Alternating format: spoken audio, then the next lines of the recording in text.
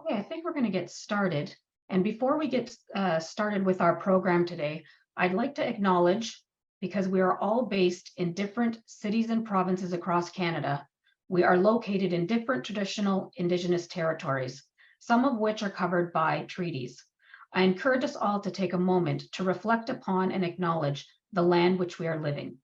If there are any Indigenous people attending this webinar, please feel welcome to share your home community in the Q&A so that we may also recognize you.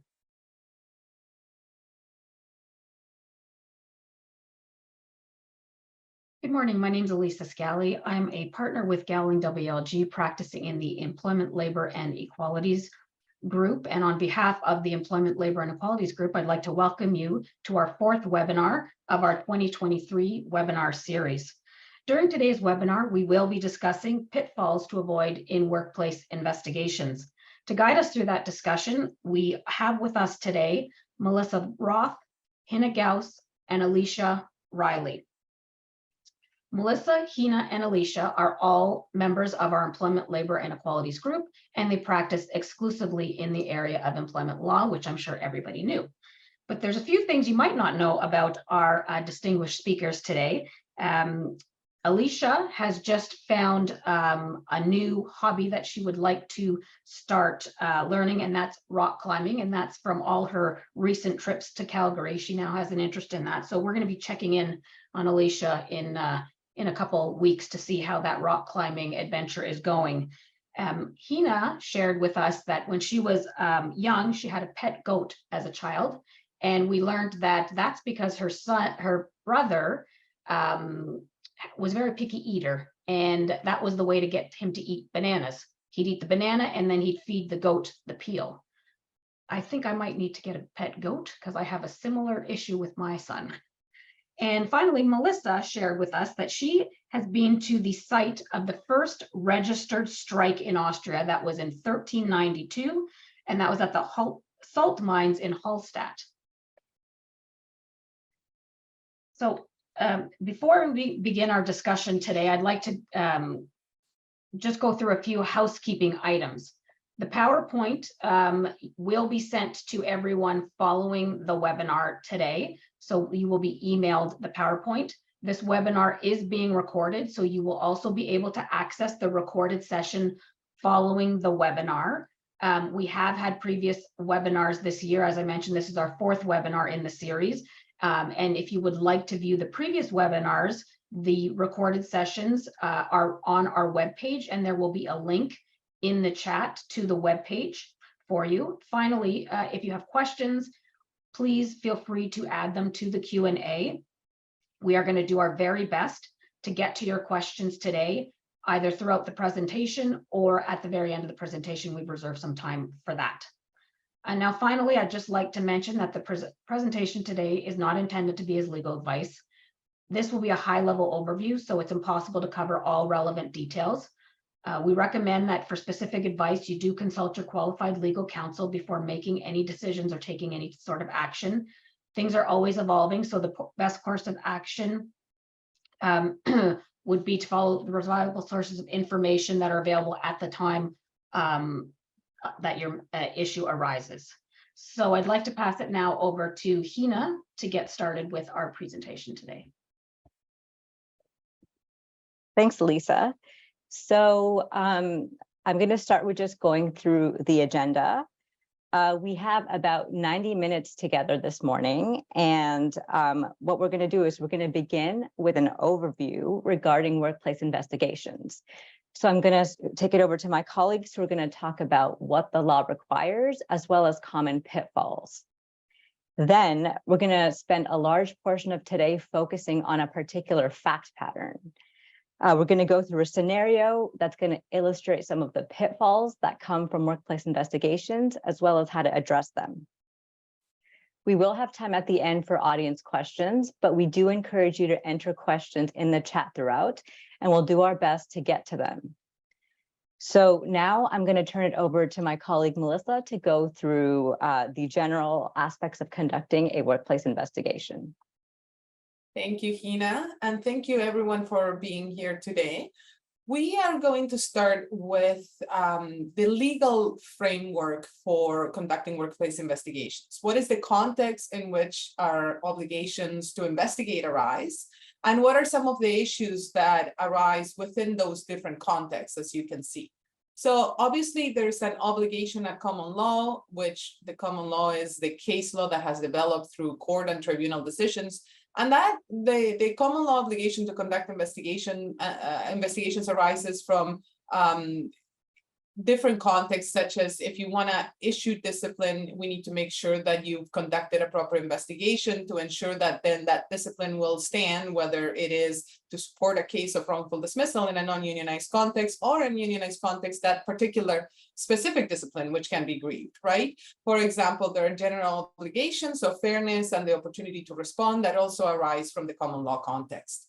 Going back to the other slide, we also have the business law statutes that may impose an obligation to investigate, as well as workplace violence and or workplace harassment, statutory obligations to investigate that come from health and safety legislation of the applicable province or the federal health and safety legislation. There is also an obligation to investigate within the human rights context when there are claims of discrimination or harassment that are related to code-protected grounds, and a failure to investigate within this context can be a prima facie violation of the applicable provincial or federal human rights legislation. At the end of the day, there is no case law definition of what an investigation is, but the key consideration with respect to an investigation is that we have to engage in a systematic inquiry with respect to what has happened and what we want to find out as to, proving or disproving the allegations that have been made.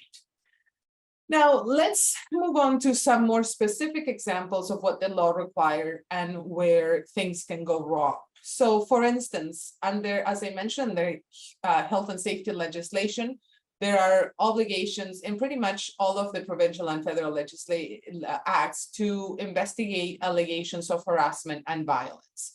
So, where we see things going wrong, for instance, is when we receive a complaint, if we're not aware of what our obligations are, we may get into trouble if we don't consult the specific health and safety legislation that applies to us. There's also not just the legislation itself, but there's policy and interpretation guidelines and other resources that we may need to consult to fully understand where our obligations arise. There is also some common themes where things go wrong when for instance, the employee says that I don't want to make a complaint. However, they make us aware that there's been an incident of harassment, for instance, or that they feel that there's been harassment. So we fall into trouble when we follow that employee's desire to not want to make a complaint, but we've been informed that that there is a situation of harassment or that there is a complaint of harassment. And then another situation where we may end up violating our statutory obligations is when, for instance, someone comes in with a complaint of harassment and we as HR professionals say, well, I know that this is not harassment, so I'm not going to investigate. And this may be in the context of, for instance, performance management. And we say, well, I know this manager is great. All this manager was doing was performance managing the employee. I'm not going to investigate this. That's not right either. And we'll get into more detail in all of this later on. Another important point is your contractual or policy obligation to investigate, even when there is no statutory requirement. So you always have to check your collective agreement and your policies. You may have actually a full process outline in your collective agreement or in your policies with respect to workplace investigations. You may even have certain timelines that you need to follow, which if you then don't follow, you're in violation of your contractual obligations. The next slide has some additional things where, what the law requires and things can go wrong. And this is part of what I mentioned briefly with respect to your common law obligations. So you want to conduct an investigation to support discipline for misconduct, whether it is something like breach of confidentiality or theft or drinking in the workplace or bringing visitors to a secure area of the workplace. If you don't investigate, then you're going to have an inability to establish that the misconduct actually happened. And so when you rely on that to take on negative steps, such as issuing discipline in the unionized context, which can be grieved, or ultimately getting to the most severe form of discipline, which is termination, if we cannot establish the misconduct actually happened, then we're going to have a hard time proving our case. Another common things where things go wrong when it comes to supporting discipline for misconduct is that we may come to a conclusion and implement discipline without even speaking to the employee. So once again, we need to give the parties, and that brings me to the next point, which is procedural fairness and natural justice. We need to give the parties the opportunity to respond. The respondent needs to have the ability to provide their version of events, and both the complainant obviously needs to have the opportunity to respond as well if new items come up during the investigation. Now, opportunity to respond is essential, but when it comes to the opportunity to respond in the context of conducting an investigation, we have to be very aware of guarding against what's known as investigation creep or scope creep. So if there are new allegations and the allegations are serious enough, you may need to start a separate investigation, but you don't want your investigation to now turn into a much broader thing than what we started with, or a situation where we're now investigating the complainant in the same investigation that we're investigating the respondent. And once again, we'll talk more about that in the coming slides. That's all in terms of very high level of what the law requires and where things can go wrong. Now, Alicia's going to give you some more specific examples where things often go wrong as we talk to our clients and we see the things that happen in practice. Thanks, Melissa, and good morning, everyone. Thanks for joining us this morning. So as Melissa mentioned, one of the things that commonly goes wrong is there's a lack of formal complaint. Again, it doesn't need to be formal, particularly under occupational health and safety legislation. Any knowledge that is available to a supervisor or a manager, that is imputed to the employer. So one of the important things to keep in mind is making sure that managers are properly trained to recognize, okay, when is it that I need to be actioning this, perhaps reporting upwards to their supervisor or to HR, whatever your applicable policy says to do in the circumstances. A second thing where things often go wrong is the failure to act promptly. Now, that doesn't mean that you need to drop everything immediately, but certainly when you receive the complaint, you should be letting the complainant know that you've received it, you've acknowledged it, you will be looking into it. And of course, once you've done that, keeping in mind that you may have specific timelines under your collective agreement or under your policy, but most importantly, just from a practical sense, memories do fade over time. So you're going to get the best evidence if you act promptly. And we do generally discourage, don't wait to build a case against a respondent. If you're starting to get one complaint or two complaints, don't wait for two more to come in. As soon as they come in, you should be investigating them right away. And of course, make sure that you're following your own policies as you go through that process.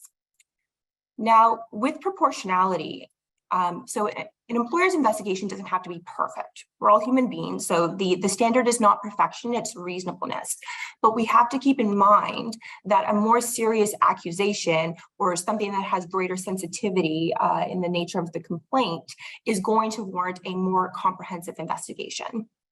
And so we have to be mindful of that, for example, an allegation of theft, fraud, sexual assault is, of course, not the same as an allegation of bullying. And that leads me into the next point, which is sometimes the right person for the job is unfortunately not selected. So one of the instances of that could be if there's a certain degree of complexity, if there's an element to the investigation that perhaps the person who would normally handle it internally just doesn't have the experience or competency to do, that's when you need to be looking at, okay, do we need to hire someone externally? Now, that doesn't necessarily mean that you should spend $50,000 on the investigation, but we do want to make sure that the person who is going to be doing the investigation is both competent, experienced, and also we need to avoid the perception of any real or perceived bias. And so managers are often rarely the best person for the job, because they will have a direct working relationship with the complainant and or respondent.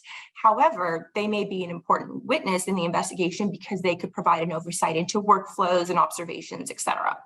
So in most workplaces, if we're looking at specifically workplace harassment, it's usually going to be HR. But again, if the allegations are really complex, that's when we need to look at hiring externally. Thanks, Hina. So the other areas where things can often go wrong is a lack of documentation. So even simple complaints, ones that perhaps HR determines do not warrant a formal investigation, should still be documented. Again, so, often what happens when things go wrong is all of the things that happen during an employee's employment get unfortunately brought up at the end of that employment relationship. And so if you have things documented, it's very easy to go back and cross-reference and see what was done at that time. And so you have a defense if those allegations are made against you as the employer. If you don't have those records, then you're in a bit of a bind if the person who originally looked into it is no longer with the organization. Now, confidentiality versus anonymity. So confidentiality is essential to any workplace investigation. Maintaining confidentiality in an investigation does not necessarily mean that your report will need to remove all identifiers. The report can be viewed by those on a strictly need-to-know basis in a sealed envelope. We sometimes ask, employees will say, well, I would like to remain anonymous. Now, it is possible, for example, in the instance of filing a complaint, it is possible to file an anonymous complaint, but you should advise the complainant, whomever they may be, that it is going to, it's going to hamper your ability to properly investigate if you're not aware of the identity of the complainant. And so in many cases, anonymity is just not a reasonable expectation, especially if you do need to put certain allegations to the respondent. It will be hard for you to meet your duty of giving them a fair opportunity to respond if they don't actually know who is making the complaints.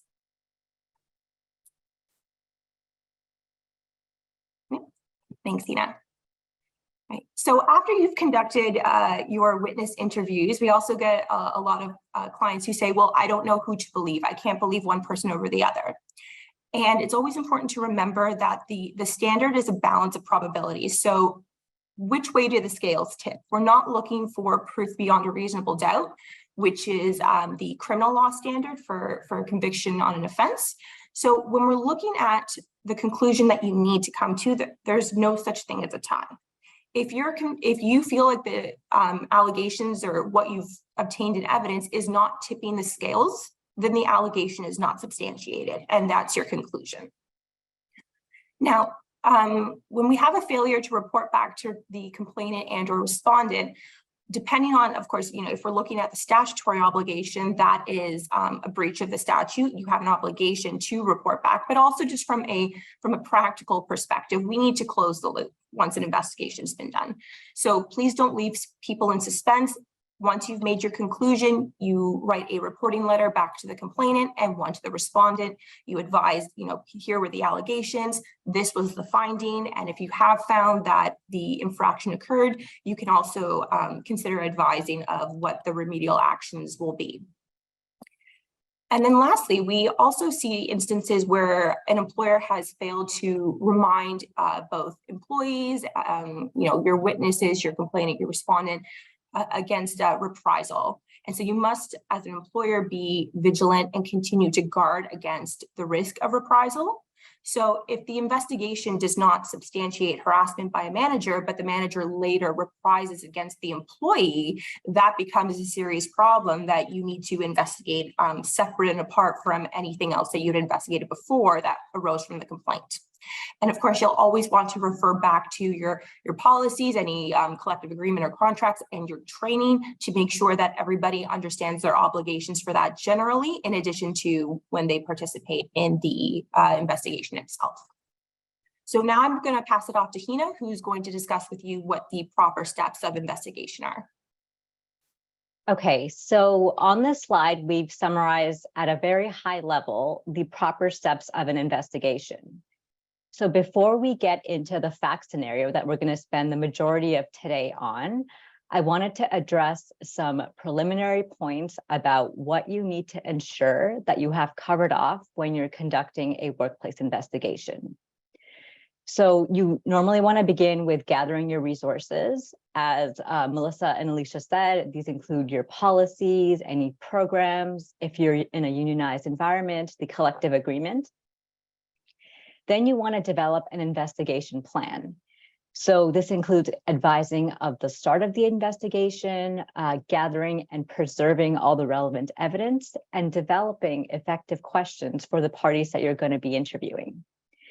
Now, when developing an investigation plan, you want to keep in mind that a hallmark of a good investigation is being timely. So you want to make sure that the investigation is undertaken promptly, and this usually means within 90 days. Now, this is unless there's some sort of a compelling reason why you're going to need more than 90 days, and this could be the case. This could be in more complex investigations where perhaps you have a number of witnesses, or this could be the case where a lot of key witnesses are not available or they're not cooperating. So another important part of a good investigation is having a good investigator. So a good investigator needs to be objective. This means they normally do not work very closely with the respondent or the complainant. A good investigator also should be qualified to conduct the type of investigation that is occurring in the workplace. So throughout the investigation, you want to make sure that you keep the important things confidential. And this is unless the information has to be disclosed, to protect the safety of the employees, to actually conduct the investigation, or sometimes as required by law. You also want to make sure that your investigation is comprehensive and thorough. This means if during the interviews, a party raises new items, that you address that appropriately. Throughout the investigation, you want to ensure that everything is also properly documented. This includes when you're assessing the evidence and assessing witness credibility. And then, like Alicia mentioned, you want to make an actual finding. You have to come up with a conclusion, and this includes drafting an effective report at the end. Now, depending on the mandate of the investigator, you may or may not need to outline remedial action, but you do need to come up with a conclusion in the report. So with that very high level framework, I think we're ready to move on to the fact scenario.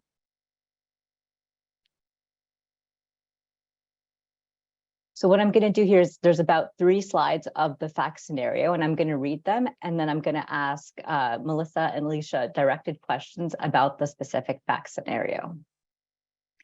So this fact scenario occurs at Seasons Salon and Spa, which is a premier salon in Ottawa. Since its establishment, it has opened several locations throughout Ottawa. Diego is a hairstylist who has worked at Seasons for over 10 years. Diego works alongside Sandra, who is the general manager of 3 different Seasons locations. So back when Diego and Sandra were the only employees of Seasons, he used to babysit Sandra's children. And so Sandra jokingly calls him Uncle Diego. Maddie is a part-time hairstylist who is still a probationary employee. She very recently graduated from her hairstyling program. So both Diego and Maddie work at the same Seasons location. Maddie has noticed that whenever a client she sees then sees or talks with Diego, they no longer want to book appointments with Maddie. When she asks them why, they do not give her a straight answer. So Maddie suspects this is because Diego is saying negative things about Maddie to the clients. Maddie asks another coworker, Aquila, to listen in on Diego's conversations. Aquila says that she has heard Diego say Maddie, green, and young in the same sentence.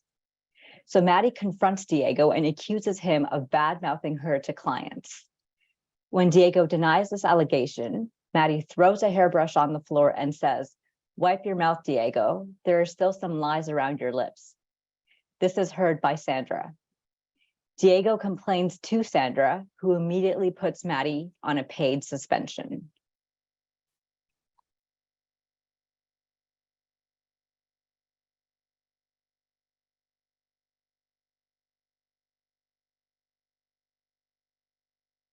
So now I'm going to go into some questions while you digest this fact scenario.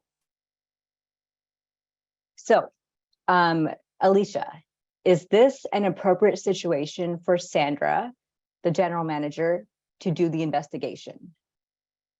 So definitely not in this scenario. So we know that Sandra is friends with Diego. She's too close to him. So right off the bat, any investigation report, we would likely immediately question her ability to remain impartial.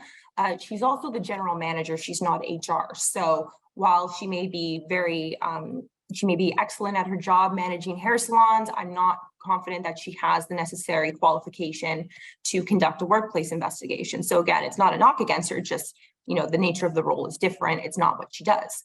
So in this case, and she's actually also a witness, right? Because she's heard this comment from Maddie. So in this case, what Sandra should be doing is she should be either referring this to HR, or if we're dealing with the case of a smaller employer, they may not have a specific HR department, but that may be the situation where you then want to retain an HR consultant. So again, we're not looking to spend $50,000 on this investigation, but we do need to make sure that we're going to have somebody impartial who's going to look at this. Yeah. Okay. And if I may add, I think there's a question from the audience that is related to this. And the question is, you know, there are instances where we may have to interview witnesses who are former colleagues. How do we define proper objectivity in such cases? It is really dependent on the circumstances. So, you know, we obviously a human resources person is going to who's conducting an investigation is going to be interviewing people that they have relationships with. But this is the kind of thing, you know, a situation where you have someone who is very close with the complainant or the respondent, right? And so close that they had a personal relationship, that they're almost family. That's when you know. If it smells bad, if you're asking yourself, should I do this? You probably shouldn't, right? If you're a witness, if you're very close to them, you probably shouldn't do it. There's no magic answer to that question, unfortunately. Okay. So then maybe Melissa, you can answer this next question. So is this an appropriate situation to put Maddie on a paid suspension? It's not looking good for Sandra to put Maddie on a paid suspension right now. We do not think that this necessarily warrants a paid suspension. First of all, we have one incident where she got upset, obviously in front of the clients, that needs to be addressed. Sandra witnessed it, but a paid suspension in this case and in many circumstances would seem punitive. We do not want to come to a conclusion before we conducted the investigation. The general manager, Sandra, has witnessed the event. She needs to address it with Maddie. In doing so, she would probably learn more.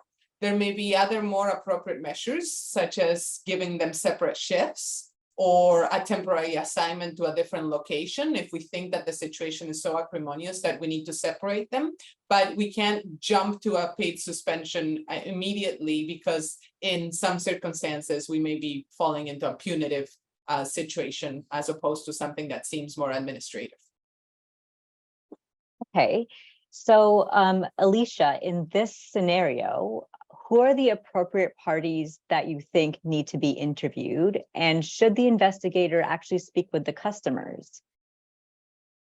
So when we're looking at the nature of the complaint, right? Like, we know that Maddie has this concern against Diego bad-mouthing her to clients. However, the final bullet point is that Diego is the one who complains to Sandra. So using that to frame our analysis, the appropriate witnesses are then Diego, Maddie, and Sandra. There may have been others who were present at the time, internal witnesses, Maybe Akila was working that day, potentially a booking person or receptionist who was nearby and also heard this comment. That may be the case, but you'll want to keep in mind, customers were present. From a public relations perspective, I think that this is not one of the scenarios where you would want to be speaking to your clients or your patients. It's not necessary in this scenario because we have internal witnesses. And so, contacting your clients outside to, say, hey, did you overhear this comment? It could kind of put a bad taste in their mouth. So I would say certainly don't speak with your clients unless you have to. And of course, the more people you add to this, the larger the investigation becomes. And while we want to be thorough, you also don't want to spend, 30, 40 hours of your time investigating a relatively simple complaint. I'm sure everybody has enough on their plate as it is. So of course, if you had concerns about the veracity of certain things that your witnesses are saying, maybe, but I don't think it's necessary in this case. Okay, so I'm going to add another layer to this case. So Melissa, if during the investigation, the coworker Akila relays what she heard about Diego and Diego denies it, what is the next step in the investigation? I mean, what if the investigator is just not able to verify exactly what happened? Thank you, Hina. That's a good question. And that's a very common situation, right? Whenever we have situations like this, we tend to see outright denials, and then we have witnesses who've heard things, may not have heard it properly. At the end of the day, and then also, in situations, for instance, of allegations of harassment or sexual harassment, it's even worse. We have a complete he said, she said situation, but that doesn't mean we cannot come to a conclusion. The whole point of an investigation is that we need to gather all of our resources, all of our evidence, all of our witness statements, and actively listen when we're interviewing our witnesses, right? We need to hear the demeanor in Diego. We need to understand if Diego is denying everything. Some people, the behavior during an investigation can be grounds for either, more severe discipline in cases where people are disingenuous or, they're confrontational, they deny everything, even the things that they should have admitted. Those things are considered aggravating factors. Then conduct during an investigation can also lead to mitigating factors. If Diego had said, yes, I did say, and let's say we put Aquila's statement to him and we say, we don't know exactly what you said, but we heard something about Maddie, Green, and Young, and Diego comes up with an acknowledgement. I said that, but it was in the context of this, or I said this particular sentence. So we're always going to have to assess things based on the information that we gather. And sometimes we have a gut feeling. And that gut feeling, as long as it's based on objective things that we can point to after as to why we believe this over that, is what going to tilt the scales, right? We're humans, just like any other investigator. We're going to hear all the evidence, and sometimes things are going to smell bad, and sometimes things are going to sound believable. That's what we have to go on. The standard is reasonableness. We don't need a perfect investigation. We don't need to uncover every stone. We don't need to prove things, as Alicia said, beyond a reasonable doubt. It's a balance of probabilities. It's a tilt the scales or not. So if we have, Aquila hearing that, and we have Diego in complete denial, and the context of the whole situation leads us to believe Aquila over Diego, then that's what we believe, right? It's about, having, and that's why you want your notes to be very thorough.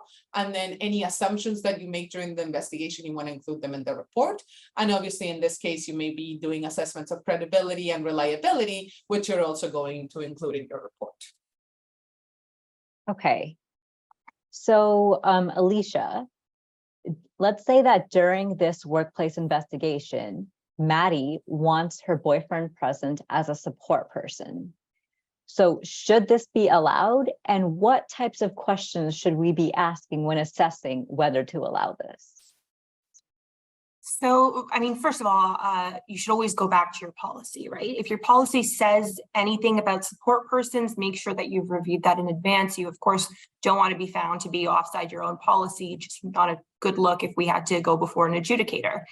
Now, I'm generally fine with people who bring support persons. I'm very understanding of the fact that an investigation is not an easy thing, even for a complainant. It can be very upsetting. And so I think that emotional supports are fine. But the key thing to remember is that, you know, their job is to support and not to interrupt. And I would be very vigilant in making sure that anybody who attends with a complainant or a respondent is not trying to coach them in any way. They're not interjecting or answering questions on behalf of the person that they're attending with. You know, I think that generally, if they start doing that, you have to remind them, of course, you know, this is not your role, right? Like your role is a support person. And then from there, if they continue to interject, you can either ask them to leave, or you can just continue the interview. It's pretty rare that that happens, but certainly something that you'd want to be vigilant about. Now, even before you get to that stage, you can perhaps ask the person, you know, is there a reason why you would like to have an emotional support person? Because it could just be a matter of having a conversation, you know, between HR and the complainant, making them feel a little bit more comfortable with the process. And then perhaps you've gained a rapport with them and they feel like they don't need one anymore. So there may be an option too, where you can avoid that situation altogether by just having that conversation with the person who's asking for it. Okay. So, Alicia, when we were talking about whether to speak with customers, you said consider sort of the public relations aspect of this. Now, if we as the business know the customer allegedly said this, then if we know the customer, then can we speak to the customer as part of the investigation? So sorry, so if the customer said, sorry, if we know the customer? Yeah, so if the customer is known to Seasons and the comments made by Diego allegedly, then can we, you know, talk to the customer? You're not so worried about the PR aspect. So I think, you know, of course, it's always something that you want to weigh the pros and cons of. I think what I would be curious to know is, first of all, like we always want to exhaust the internal witnesses first, right? So again, keeping in mind that we're not going to reach out to anybody externally unless we have to. So I would want to consider, why is it that we're reaching out to this particular client? What type of evidence do we think that they're going to have? If we've had, you know, 2 or 3 people who say the same thing, and the client we anticipate is going to say the same thing as well, then probably like that's just, I don't think that's a necessary step that you would have to take unless you've got particular concerns about credibility. But certainly if they're a very, very close client and you feel that your relationship with them is not going to be tarnished by the fact that you're reaching out to them, and you feel like this evidence is necessary to come to a conclusion, then yes, you can reach out to them. There's no hard and fast rule against not reaching out to them. Okay. Tina? Yes. There's a question from the audience that is related to the prior question you asked Alicia, and it's about, you know, what about a union representative accompanying someone in an interview? So, and the answer is absolutely. That's probably what you have to do based on your collective agreement. Anything that could lead to discipline usually requires the presence of the union. And certainly an investigation can lead to discipline. It is quite common for the union to be present during the entire investigation for complainant, respondent, and witnesses. Having said that, that doesn't mean that the union can talk. That doesn't mean that the union rep can interrupt or disturb, just like a lawyer couldn't do it, just like my mom couldn't do it. Anybody that is attending as a support person is a support person. Very importantly, especially in all contexts, but you know, certainly in the unionized context as well. If the union, because this is very common for the union rep, you know, you're interviewing me, you're asking me a tricky question, I'm stumbling on the answer, and the union rep says, I think this is a great time to do a break, or, you know, can I have a minute to consult with my brother or sister outside? well, guess what? You're gonna include that in your notes of that interview. Because then when we're in arbitration and when they want to say, you know, like, oh no, she was very honest during the investigation, this should be a mitigating factor, we can say, well, no, actually, you know, yeah, she was honest, but only after we put it to her 3 times. And one of the times before the 3rd time, when she finally admitted it, the union got her outside and talked to her, then she came back and all of a sudden admitted it, right? So all of those things need to make it to your notes because they need to be part of what you have recorded, because all of those are going to be relevant to the ultimate discipline.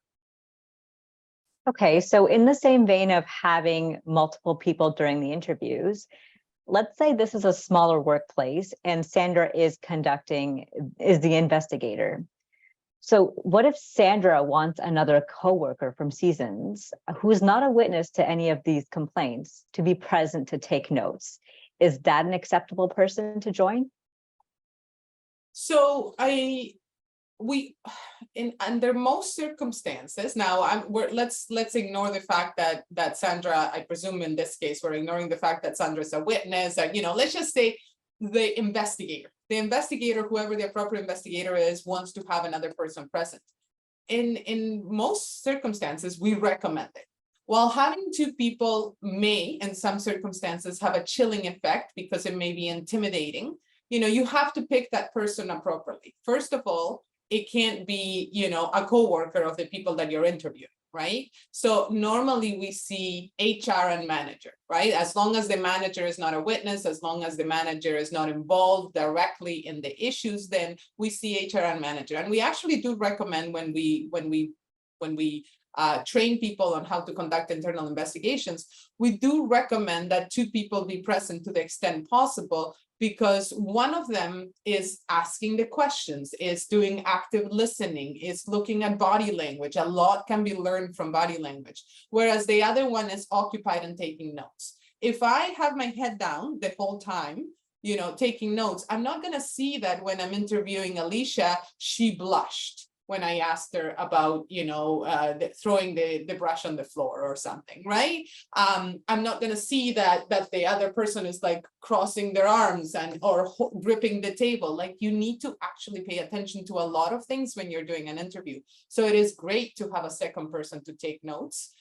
Now, if we're dealing, let's say, with an allegation of sexual harassment, and you know, or systemic discrimination against women or against someone from a different ethnicity, and the person that we're going to bring as our note taker is someone who would be intimidating to the complainant, for instance, we may want to reconsider that person, right? Like, we need to take a trauma-informed approach to our investigations. So we need to be sensitive to those little things. But otherwise, you know, if we're not dealing with those things, then having somebody else there to take notes is a fantastic idea. Okay, so let's continue on with more details to this fact scenario. So since Diego has worked at Seasons for 10 years, he has a lot of clients, many of whom follow him on his Instagram. So on Instagram, Diego posts pictures of his cats, his cooking creations, and client hairstyles with the client's permission. Maddie also has an Instagram account that she uses to advertise her own separate business as a nail artist. Maddie also occasionally rents a nail station at Seasons to use for her nail clients. Maddie and Diego follow each other on Instagram. So 3 days after Diego complained about Maddie, Maddie is scrolling through Instagram and she sees that Diego is sharing several posts that state Gen Z does not work hard and is difficult to work with. So Maddie knows that she's the only Gen Z worker at their Seasons location, so she knows that Diego must be referring to her.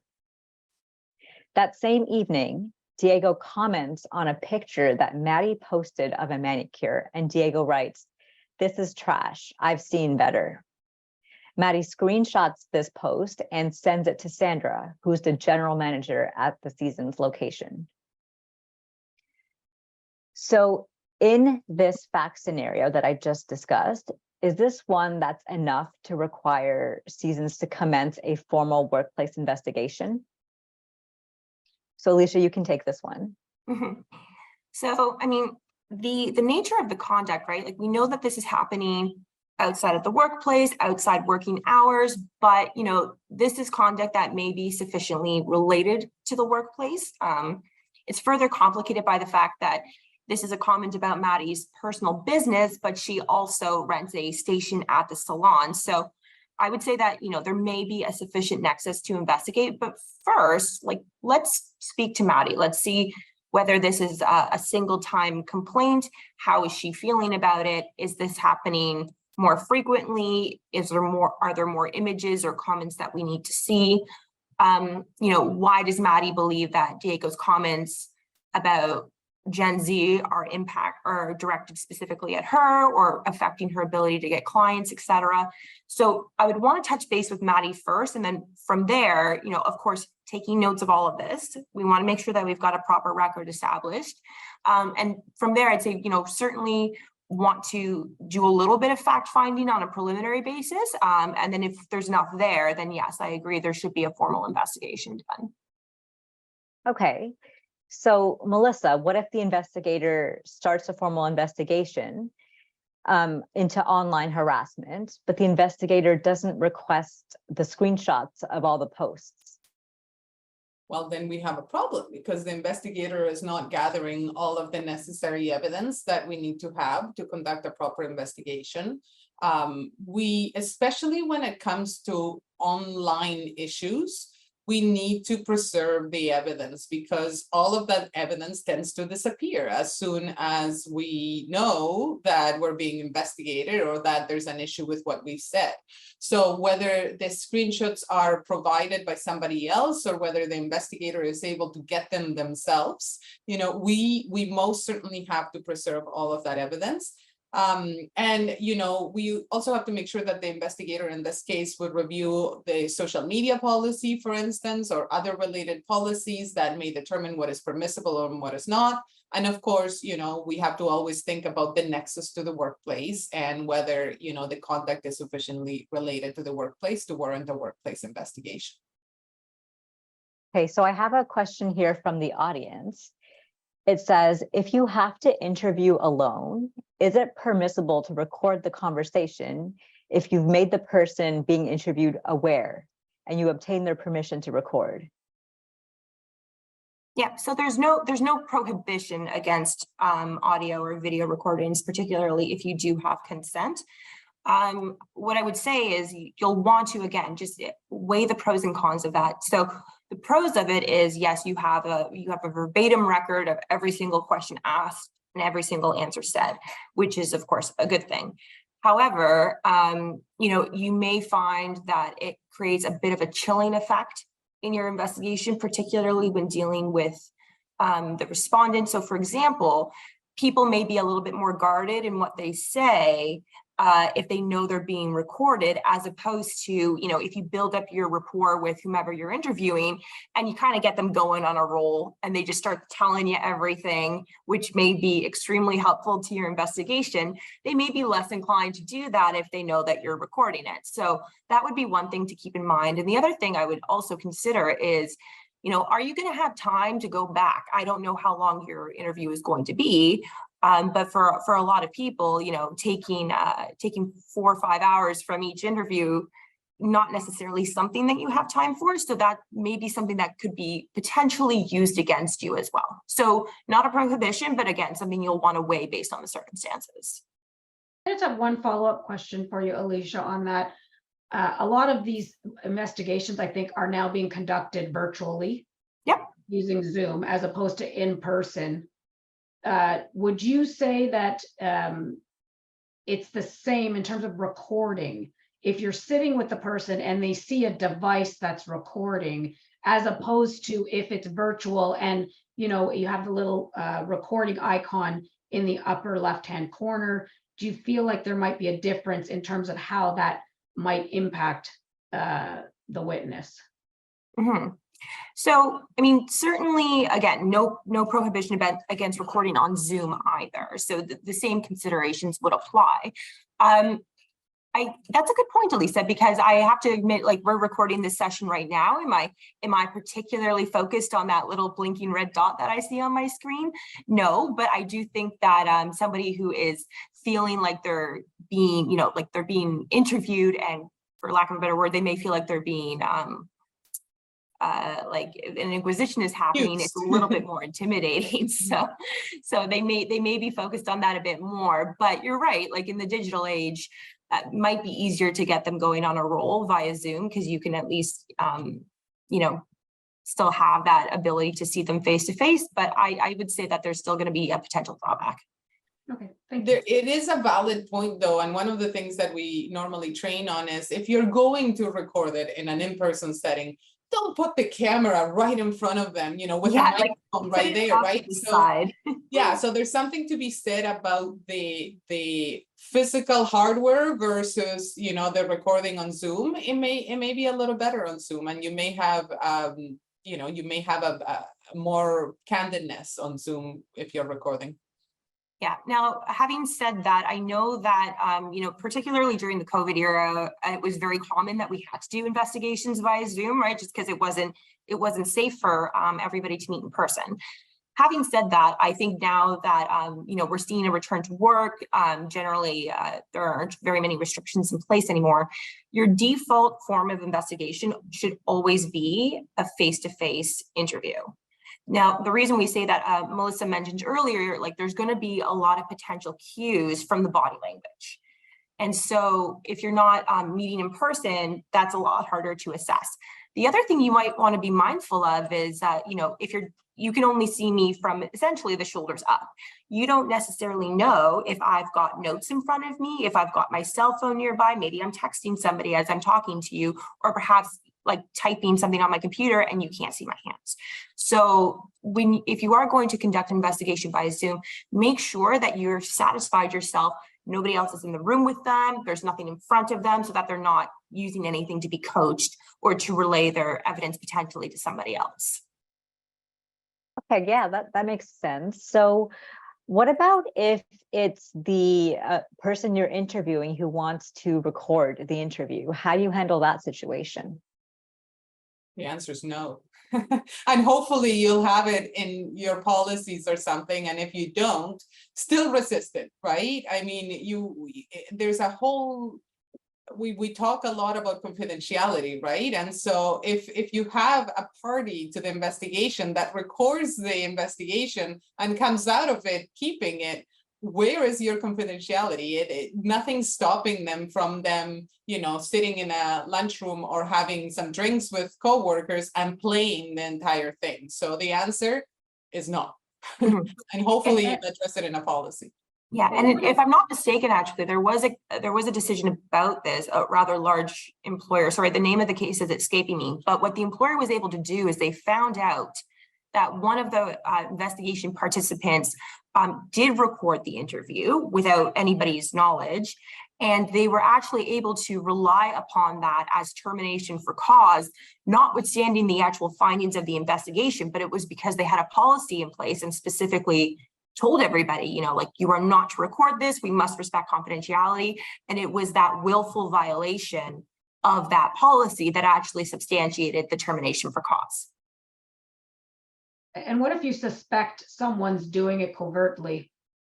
Would you ask if you're interviewing someone, would you say to them, you're not permitted to have your phone in the room, or how would you deal with that? Yeah, or show me your phone. I have had that situation arise where somebody was recording and they just put their phone on record, and you're more than if you have those suspicions, like, this is one of those things that probably this day and age should become part of our housekeeping items during an investigation, to warn people that they're not to do this.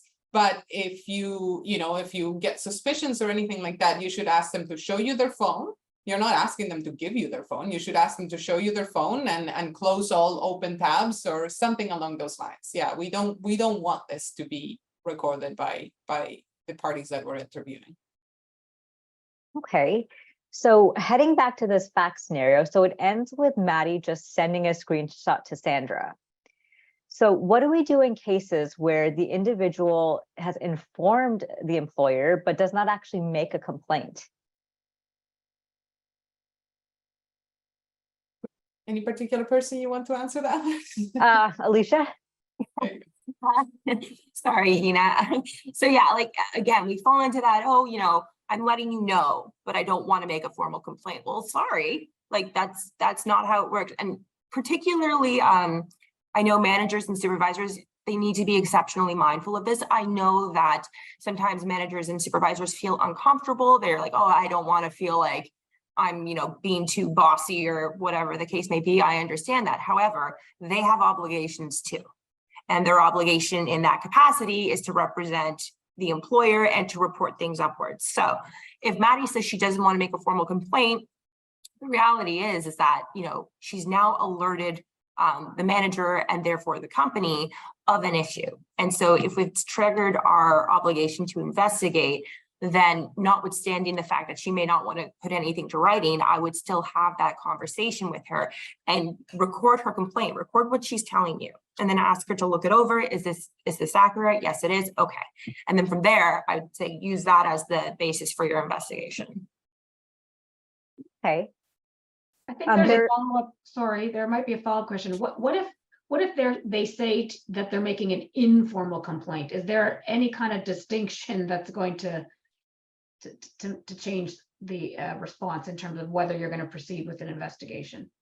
So, I mean, you'll want to take a look at your policy, because sometimes the informal complaint can actually be defined in the policy. And so we sometimes see the case where an employer will have, the informal route is where we try to mediate between the parties to see if we can resolve the dispute that way, failing which we go to the formal complaint stage, in which case then we're doing a formal investigation. So certainly something to consider. Having said that, I would still document it. Even if we end up resolving it informally, I want the manager or whomever taking notes saying, this was brought to my concern, we resolved it this way. And then, you store that separately, but I would still want it documented so that down the road, if that employee says, well, I complained and nothing was done about it, you've still got something to back up what you did in reply.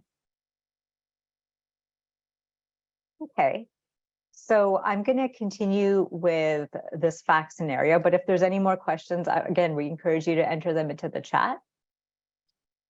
So let's now assume that instead of a general manager, Sandra is the HR manager, and that there are no conflicts that prevent her from conducting a workplace investigation. She's no longer a witness. So Sandra receives Mandy's Instagram screenshots while Sandra is still investigating the complaint that Diego made against Maddie. So Sandra decides that Maddie's concerns are not related to the workplace and tells Maddie to figure it out with Diego. So Maddie pushes back and tells Sandra she does want this investigated and she wants to make a complaint about Diego. Sandra explains that Maddie is the respondent to another investigation, so Sandra can't turn that investigation of the allegations against Maddie into an investigation against Diego. So Maddie questions Sandra, and Sandra decides that Maddie is offside, converts her paid suspension into an unpaid suspension, and issues discipline to Maddie for retaliating against Diego. So Maddie now wants to complain about Sandra, but doesn't know where to go from here. Maddie sends an email to the CEO of Seasons.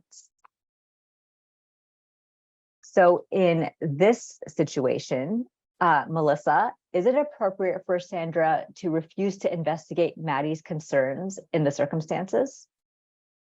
Most likely not. I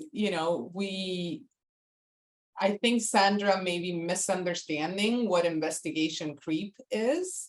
So, while we don't want to turn an investigation into Diego into an investigation into Maddie or vice versa, and while we don't want the investigation to become a whole new thing, if we are dealing with a serious enough allegation, so go back to the common pitfalls, failure to follow up. If in the context of the investigation, we learn of new things that would deserve an investigation. And in this case, in our opinion, probably based on the fact on the facts. What's happening on Instagram, there's enough of a nexus to the workplace to require a workplace investigation. What Sandra needs to do is Sandra needs to start a separate investigation. And for those of you in the audience, I'm sure you're quite familiar with situations where A complains about B in the context of investigating that complaint, B complains about A, right? And so what might end up happening is that you're running two parallel investigations. It may not even be appropriate. In some cases, you may need to wait and finish one before starting the other, but in many other cases, you may need to run two parallel investigations, but you need to keep them separate. You have a different investigation plan. You have different issues to address. You have different complainants and respondents. You may have different witnesses. You will have to write a different report. You will have to come to a conclusion in each investigation. So you really, Maddie needs to actually Sandra needs to take Maddie's allegations seriously and do something about it, because as you can see from this scenario, which has turned into a big disaster, that's the outcome of refusing to investigate the complaints, right? Okay, so Alicia, now that Sandra is the subject of the complaint, who should be conducting this potentially parallel investigation?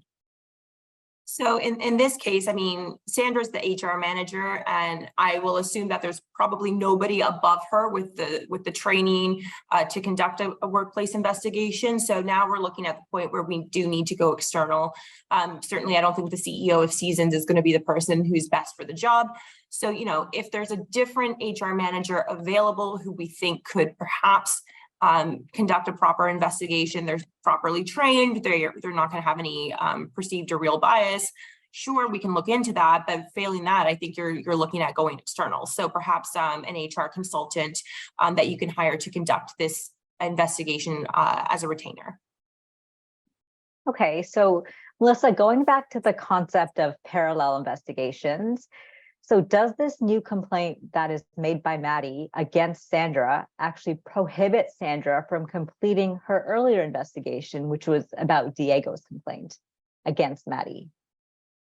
Well, as long as we remain in a situation where Sandra is still impartial with respect to the other investigation, Sandra could complete the investigation. If we need an investigator to start over, there may be some excessive delay. But, you know, if we're now dealing with a Sandra who is so protective of Diego, you know, I think in this scenario, we had removed the personal relationship. She was no longer a GM. She was an HR consultant with no actual bias. She wasn't a witness either. So that should be okay for Sandra to continue that investigation, unless Sandra's refusal is based on her, you know, she has a relationship with Diego and that's why she's protecting Diego so much. Now we need some intervention, right? Like the CEO is going to have to start asking some questions here, and the CEO is going to have to probably consult legal to figure out this intricate web to see if Sandra remains an impartial person to finish the other investigation. Okay, so speaking of the CEO, Alicia, let's say the CEO is not involved in the day-to-day of the 3 Seasons locations. So what he does is he forwards Maddie's complaint about Sandra to the coworker Aquila, but he also copies Sandra on that email. The CEO asks Aquila to arrange for an external investigator. Is this an appropriate next step? Oh, no. So definitely not. The CEO should not be emailing another coworker in the same workplace. The other consideration is too, you know, if Sandra is in a position, you know, within the organizational hierarchy that's above Aquila, I mean, that in and of itself is going to be a bad look. And it will really taint Sandra's perception of the investigation as well, that it's already right from the outset not being handled appropriately. So certainly not something that you want to do, but also like, we don't know, Aquila may be involved, right? Like we know Aquila is in the same workplace. They could be a witness. So it's not appropriate to be, you know, then emailing them to say, hey, can you arrange an investigation? We also know that there's an obligation not to discuss any of the matters with colleagues, you know, during before, during, or after the investigation. So we've also got a potential breach of confidentiality here. So, and then, copying Sandra creates a potential apprehension of bias as well, right? Because, if Sandra is in a position that's senior to Akila, it almost creates that feeling of like, oh, am I supposed to run it by somebody for approval? Like, what happens if I don't pick someone they like? So, again, not something that you shouldn't be copying a respondent on emails about retaining an investigator. And so, the CEO's actions should be, information sharing once we've retained an external investigator, and then the investigator will have to assess, okay, which of these scenarios may have an impact on the integrity of the investigation. And then, of course, once you're actually doing the investigation, everybody does need to be reminded repeatedly of their duty to uphold confidentiality. Okay, so the hierarchy in the workplace is an interesting aspect. So I have a question here from the audience. What if you receive an anonymous written complaint against a senior executive? Does that hold grounds to start an investigation? So it would depend on the nature of the complaint, but I'd say once you're dealing with a senior executive, yes, if you're looking at external. Melissa, did you have anything you wanted to add? No, exactly what I thought. Yeah. Now I did want to address, there was one question from the audience about if a respondent is citing regularly a credible third-party source and stating the data source misled them, does the employer have a duty to connect with the third party? So that's a bit too specific for, I don't know if we're going to be able to provide you with an adequate answer to that question because it's quite specific. However, what I would say is, if they're giving you, if they're telling you I'm acting like this because of, X, do we generally have a duty to investigate X? I would say yes. If there's a reasonable basis to follow up further on that, then I would do so. But this third-party source item, I'm not particularly sure about. That would be very specific. We'd need more information on that. And in the spirit of the questions that are posted and addressing them, there's a question that I'm not sure we understand. It's, does workplace extend to the interview stage, or does the latter belong to a different area? Maybe this person could ask the question again. I mean, if we're talking about conducting a workplace investigation, your behavior during the workplace investigation is certainly the workplace. So if that's the question, then yes, the answer is yes. It's related to the workplace. It will probably happen in the workplace. But if the question was up, there's something different, please let us know. Okay, I have, yeah. Sure, I was going to take a little different take on that question. What if something occurs during, when we're talking about workplace, at the interview stage in the hiring process, and something during that interview, this might be completely off, but that's the way I thought I could read that question too. If you're in that interview and something occurs in that interview, and the person wants to make a complaint, would that be still considered workplace? Absolutely. You better address that, because in the last 4 months, I've had 2 human rights complaints related to hiring, and specifically to allegations that that relate to allegedly what was said during the interview. And so you should most certainly deal with things like that. I have an active litigation matter on that as well. Yeah. Okay, so let's say in our fact scenario, during the workplace investigation into the complaint against Maddie, Maddie just feels overwhelming stress, and she brings in a medical note saying she's taking a leave of absence for 4 weeks. So what happens to the status of both investigations? And Alicia, you can take this one. Thanks, Tina. So I mean, the investigation still needs to be completed, and it needs to be completed in a timely manner. So we'll want to keep the investigation process going as efficiently as possible. Now, going on a leave of absence does not necessarily mean that the investigation can't proceed, but as the investigator, you're going to have to proceed with a lot of care and caution. So we know that in the course of these 2 investigations, Maddie needs to be interviewed, right? She's involved in both of them. So we can first ask if she's able to participate while she's off on a leave of absence. You know, if not, do we have a medical note explaining that she's got these restrictions? Or if she says, yes, I can participate, we want to make sure that her participation is also consistent with whatever the medical note says about her restrictions. With her being off on leave, the other thing I would say is, you know, perhaps giving her alternatives to an in-person. I know that I said earlier, generally in-person is my go-to and I maintain that. But when we've got somebody who's off on leave, I mean, a Zoom interview may be preferable. And so providing those options to Maddie in these circumstances may provide her with that comfort that she actually does feel comfortable in participating, as opposed to not giving those options and then she just says, no, I can't, I'm not going to do it. So, you know, not your ideal form of interview, but at least you're getting the interview. Now, you know, it's going to be a pitfall if you complete the investigation without interviewing Maddie. You know, there's that competing duty to conduct a timely investigation, though that shouldn't prevent you from conducting a thorough investigation. So, you know, insofar as Maddie's complaint goes, I would probably let Maddie know, you know, listen, you don't have to be interviewed right now if your restrictions say that you can't, but recognize a little bit of cover your butt here.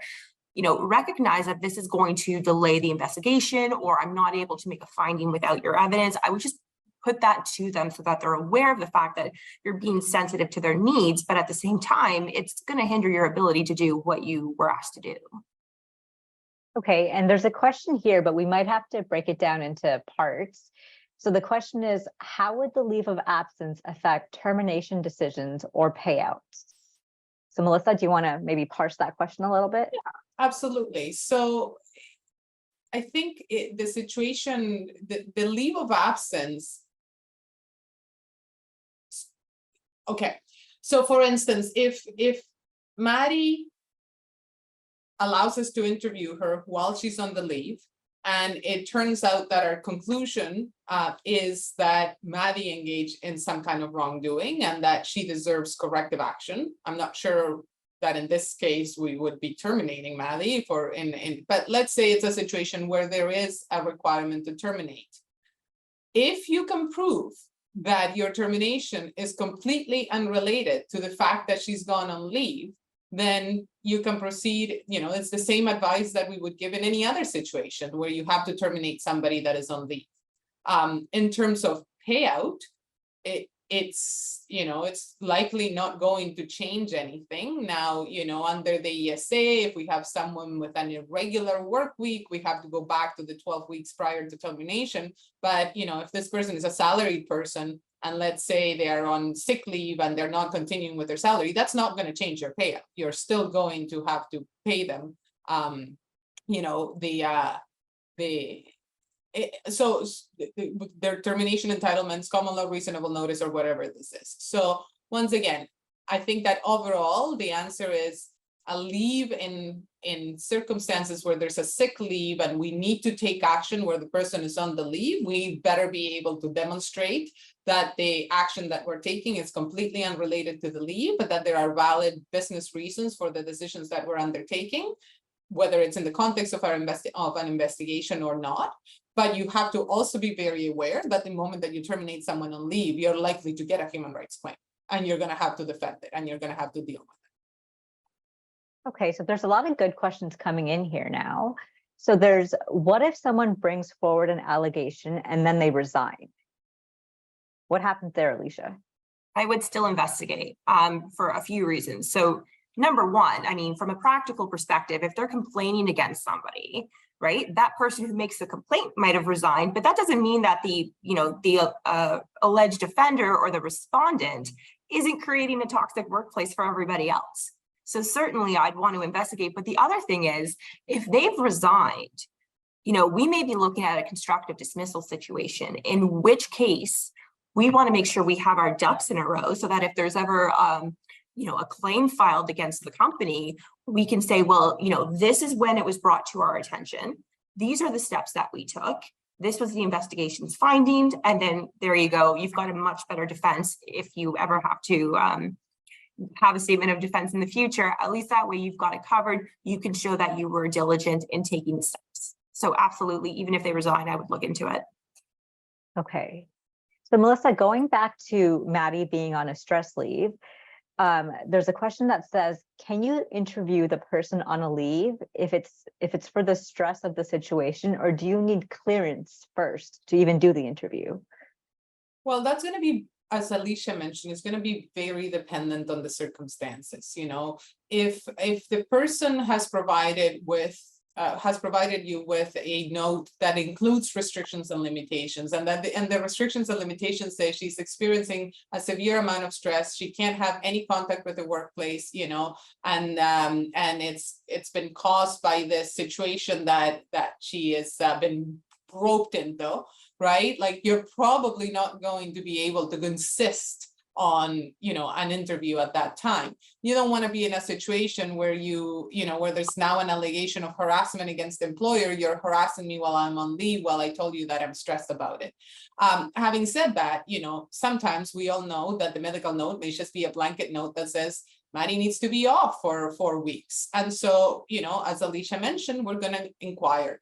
We have to try to do our best to continue with the investigation, but at the same time, we don't want to put ourselves in a situation of liability. So that's going to be a very delicate situation, very dependent on all of the circumstances. In some cases, you may be able to say, well, if you don't participate in the investigation, and let's say the leave in our scenario was first for four weeks, and then let's say she continues to extend that leave and is out for 4 months, well, we're not going to halt everything in the workplace just because you're now off for 4 months and your doctor actually gives you a note based on what you tell them. So you may be in a situation where you say, we're going to come to a conclusion without your input. And to the extent that there's anything that you have to add when you return to work, then we will reconsider. You know, again, you may have to get creative. But what you don't want is to be in a situation where they're claiming harassment against you because, let's say, they've told you this is causing me a lot of stress. I'm on a stress leave. You have medical, and then you're emailing them 3 times a day and calling them 5 times a week, asking them to participate in the investigation. Okay, so in our scenario, we had a situation where the investigator was, potentially friends with the complainant. There's a question here that flips that. So what if the investigator has a bias against an investigation participant? Are they still unfit to investigate due to that bias? So Alicia, maybe you want to take that one? So I would want to look into that. Like, what is it about the investigator, like them not liking or not getting along? Is there a history of that, or is it just like in this particular investigation, I don't like this respondent because I don't believe them to be credible. I don't think their evidence is reliable, whatever the case may be. So in that case, if it's something that's related to the investigation, you're probably okay. However, if this is like, there's an ongoing history of these 2 people not getting along, I'd say you have the same issue, right? Like that there's a concern about a perceived or a real bias, and particularly with the respondent, they're going to know that as well. And so if there's a finding against them, all they have to say is, well, that person doesn't like me. And then now you've got your entire investigation called into question. So certainly if there's a risk of that, I'd say the investigator should be recusing themselves and you should be giving it off to somebody else. Okay, so we've talked about how it's important to follow up when you're having interviews, any new issues that come up. So what if during an investigation, one of the witnesses mentions a potential complainant, but when you talk to the potential complainant, they deny it? Melissa, is this a situation where the investigator would need to dig deeper? Well, it really depends on the context, right? Like if so you said a witness. So if a witness to the investigation says, I know this has happened to Todd, and I want you to talk to Todd because this is proof that Melissa engages in harassment because she has done that to Todd as well, and I've heard about it, you go talk to Todd. If Todd says, no, I've never had any issues, right? You don't want to go in a witch hunt, and you don't want to go in a wild goose chase. So really, it will be very dependent on the circumstances. But if, if the person is denying involvement, it's going to be very difficult for you to investigate it. You may be able to put that to the respondent. We've heard that, we understand that you have engaged in this kind of behavior against other people, but you may not want to mention Todd, because if Todd's telling you, no, this didn't happen, you may want to leave it open. It's, it is a very specific situation, I think. Can I ask a follow-up to that? What if one of the witnesses during the investigation regarding a complainant mentions similar behavior by another individual, and so basically raises another issue about someone completely separate, but they raise it because it's similar to what they're being questioned about, but it's a different complainant? Then what do you do? Because it's in the context of that first investigation, and they're saying, well, by the way, so-and-so has subjected me to similar behavior as well. So if I'm understanding your question correctly, then in that case, our witness would become a complainant to a separate investigation, and that person would become a respondent to that separate investigation. Right. So as soon as they mention it, then that gives rise to a duty to investigate. You can't just ignore it. If it's serious enough, yeah, absolutely. Yeah, great. Okay, so Alicia, if an investigation is conducted and sexual harassment is substantiated, what are appropriate corrective actions in that circumstance? So it, sorry, it's such a lawyer answer, but I gotta say it depends. Because, there are different degrees, for lack of a better phrase, of sexual harassment. If we're dealing with something that's quite egregious, I think you're looking at a termination. If it's something where it's like, oh, I just feel uncomfortable around that person, then I would think there's different ways that you may be able to address that. So if it's, perhaps a training issue, sensitivity training on actual harassment in the workplace certainly is something that I would recommend once substantiated. If it's something where we think that the relationship is going to be rather acrimonious going forward, we don't want to take any steps that appear to be perceived as penalizing the complainant, right? We don't want to look like we're penalizing anybody for bringing a complaint forward, but maybe having a conversation with them about, okay, well, should we look at maybe moving you elsewhere, or perhaps moving the respondent elsewhere? Should we look at staggering shifts? So it would really depend on the circumstances, but certainly in those types of cases, I think it's pretty rare that you go back to, okay, and now everything is fine. So I think there's going to need to be some type of shift for sure. Okay. So we were talking about, when you have an investigation plan, you want to, start the investigation, let the complainant and respondent know. So there's a question here that maybe Melissa can take. Is it appropriate to conduct an extended investigation without informing one or more of the respondents if you believe that the knowledge of the investigation would impact the potential findings? The respondent might change their behaviors temporarily during the investigation. So if the question is, can we conduct an investigation into a respondent without telling them that we're investigating them? The answer is no. Because that goes to the principle of procedural fairness, natural justice, having the opportunity to respond to the allegations against you. Now, what may be appropriate in some circumstances is that you do not give notice to the respondent that the interview that they're going into is to deal with an allegation of X, Y, and Z, right? In some cases, you will be giving notice to them that something has arisen and that you were going to investigate, and you may be giving them a letter in advance. In some other cases, you may need to call them into a meeting without any warning, because you don't want them concocting an answer or a situation or coming up with an explanation. But no, under no, I hate using absolutes in law, but I don't think there's any circumstance, unless any of the other lawyers here disagree with me, where you would investigate a respondent without telling them that you're investigating. Yeah, like certainly, I think, if there's a concern about potential fraud, for example, and your concern is that, well, if I tell them right away, the first thing they're going to do is go into our system and delete all these invoices. I understand that, but certainly you can't conduct an entire investigation without them knowing it. So perhaps at that preliminary evidentiary stage where you're collecting that stuff, you may have not alerted them to it yet, but you certainly can't come to your conclusion without letting them know, hey, these are the allegations and what do you have to say about them? What about if they're saying it's an extended investigation where you start the investigation, you interview the complainant, but you want to interview a few witnesses before you actually notify the respondent of the complaint? What do you think about that approach?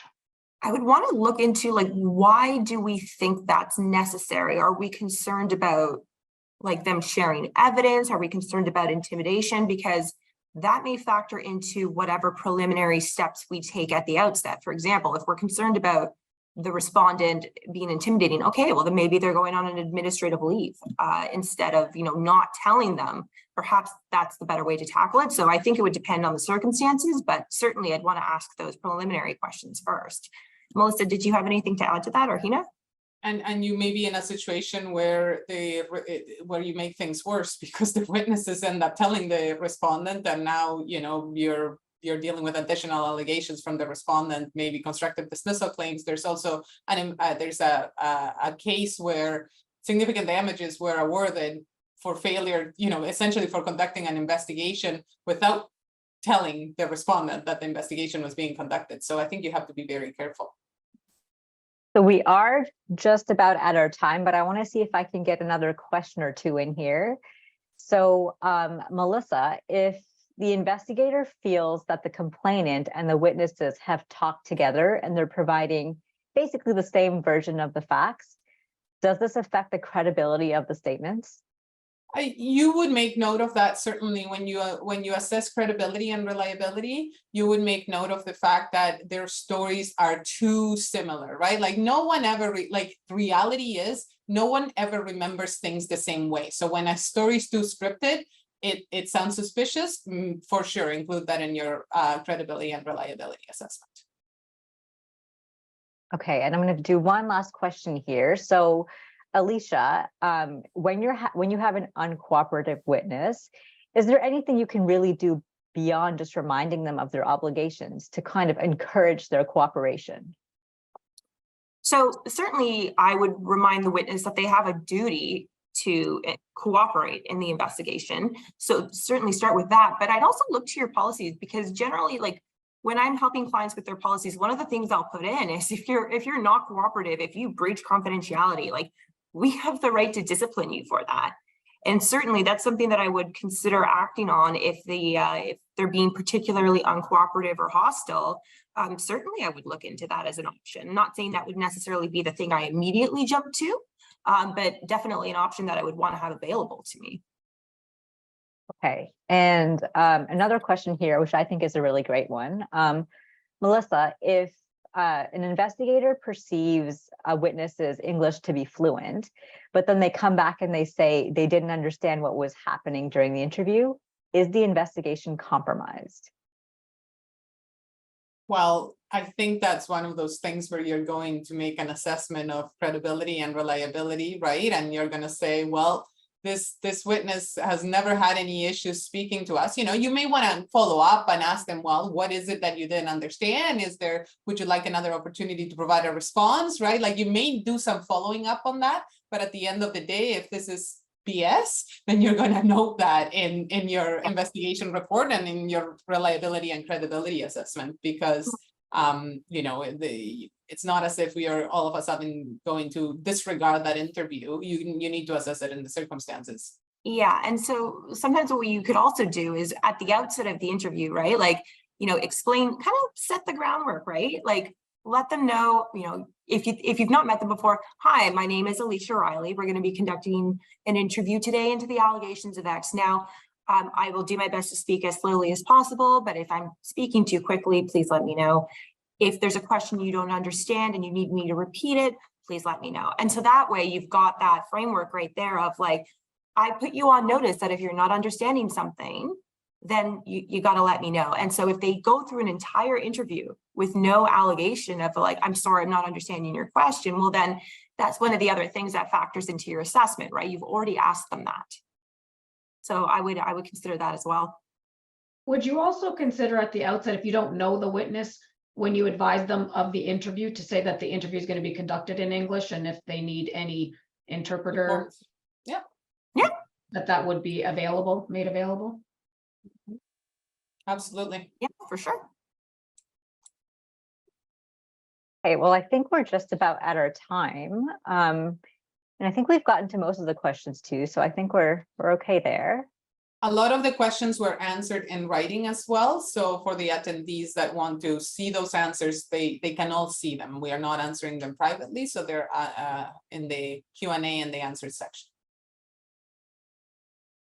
Okay, well, thank you very much, Hina, Alicia, and Melissa. That was extremely informative. We hope you found this to be a useful session. If you are interested in learning more about workplace investigations and on how to conduct workplace investigations, Alicia and Melissa do conduct a full day workshop on workplace investigations and provide training during those workshops. And in our survey, which you will see on the screen, a QR code, if you point your camera to the QR code, that will link you to our survey. We would love to have your feedback on the webinar, but in that survey as well, there is a question if you would be interested in participating in one of those workplace investigation training sessions. You can indicate your interest on the survey as well, if that's of interest to you. And again, your feedback is really important to us, so we would appreciate your feedback on this webinar and your ideas for any future webinars. And we do have another webinar coming up. That one is not going to be until September 28th. We're taking a little bit of break over the holidays because I'm sure a lot of people will be away enjoying the summer. The next webinar is on September 28th. It's entitled Beyond Reasonable Notice, when we will be discussing potential damages that may arise in the context of a wrongful dismissal claim beyond damages for pay in lieu of reasonable notice. So things like bad faith, punitive aggravated damages. So we hope you can join us for our next webinar, and I wish everyone a wonderful summer. See you in September. Thanks, everyone. Have a great day. Thank you.